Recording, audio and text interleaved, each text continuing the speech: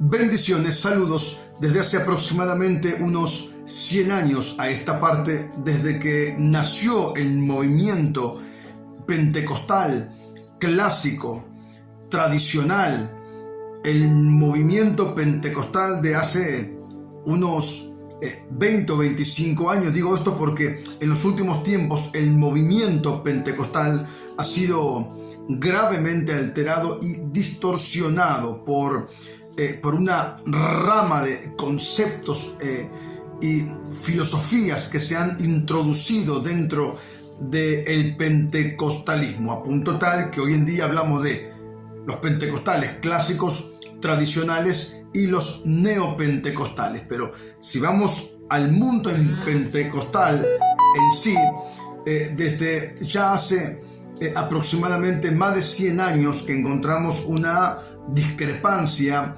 una discusión fuerte, una dicotomía que ha dividido las aguas en dos. Por un lado encontramos el movimiento pentecostal, más tarde el movimiento carismático, y por otro lado encontramos a las iglesias reformadas, a los reformados, a las iglesias que vienen de la reforma de Martín Lutero. Por supuesto encontramos dentro de todo ese movimiento iglesias metodistas, la iglesia cuadrangular, encontramos la iglesia bautista, encontramos a los presbiterianos. En fin, se ha generado una gran controversia a partir de aquel gran avivamiento en Estados Unidos que derivó en este movimiento. Hoy en día lo conocemos como una denominación, el movimiento pentecostal. Estamos hablando, los que son pentecostales saben perfectamente de qué estamos hablando. Estamos hablando de la presencia de Dios, de la gloria de Dios en las reuniones. Estamos hablando de profecías, estamos hablando del don de lenguas, que es clave en el movimiento pentecostal, como una evidencia externa del bautismo con o en el Espíritu Santo de Dios.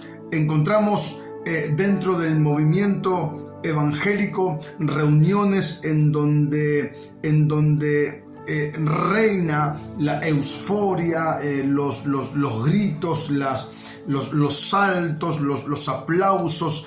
Y encontramos del otro lado, del lado de las iglesias reformadas, más conservadoras, más herméticas, más cerradas, encontramos todo lo contrario. Y se ha generado a lo largo de todo este tiempo, por supuesto, una gran discrepancia entre ambos conceptos. De este lado se dice que Dios no es sordo para que andemos gritando y hablando en lenguas en las reuniones públicas.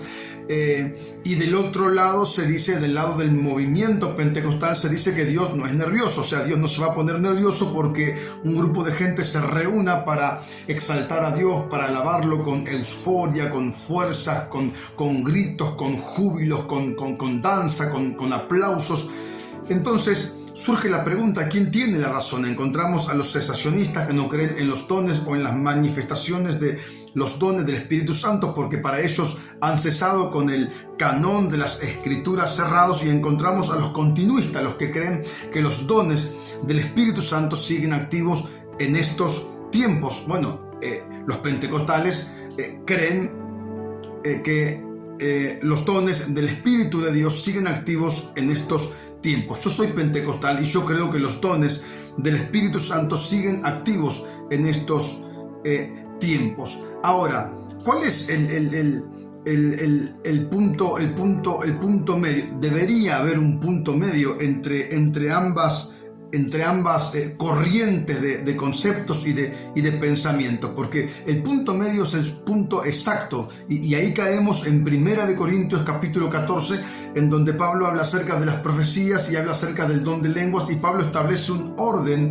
en los cultos públicos, justamente para no caer en la demesura, en la histeria, en la locura, en muchos casos colectiva, dentro de una reunión que puede espantar, dice Pablo, a un incrédulo. Si es que éste entra a un lugar así, va a pensar que todos están locos. Entonces debe haber un punto medio, y con respecto a esto encontramos también personas continuistas que creen en la presencia del Señor, en el derramamiento del Espíritu Santo, en los dones del Espíritu Santo fluyendo en una congregación, pero mantienen un equilibrio.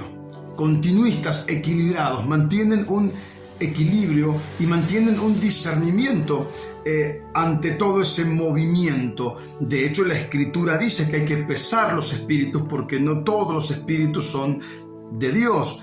Del otro lado, del lado más conservador, del lado de las iglesias reformadas, se dice que no hay que exponer tanto las experiencias personales y las vivencias en los cultos públicos, y que justamente el movimiento pentecostal eleva todas esas sensaciones, y hablan acerca de cesacionismos y un montón de conceptos que contradicen el movimiento pentecostal. Pero los discípulos, en algún momento más específicamente el apóstol Pedro, dijo: no podemos dejar de contarle al mundo entero lo que hemos visto y lo que hemos escuchado. Entonces, las sensaciones son importantes, por supuesto, las emociones son importantes. No somos robots, no somos de madera, somos de carne y hueso, fuimos creados a imagen y semejanza de Dios, sentimos, y las sensaciones, las emociones son importantes. El apóstol Pablo, él contó su testimonio de cómo se encontró con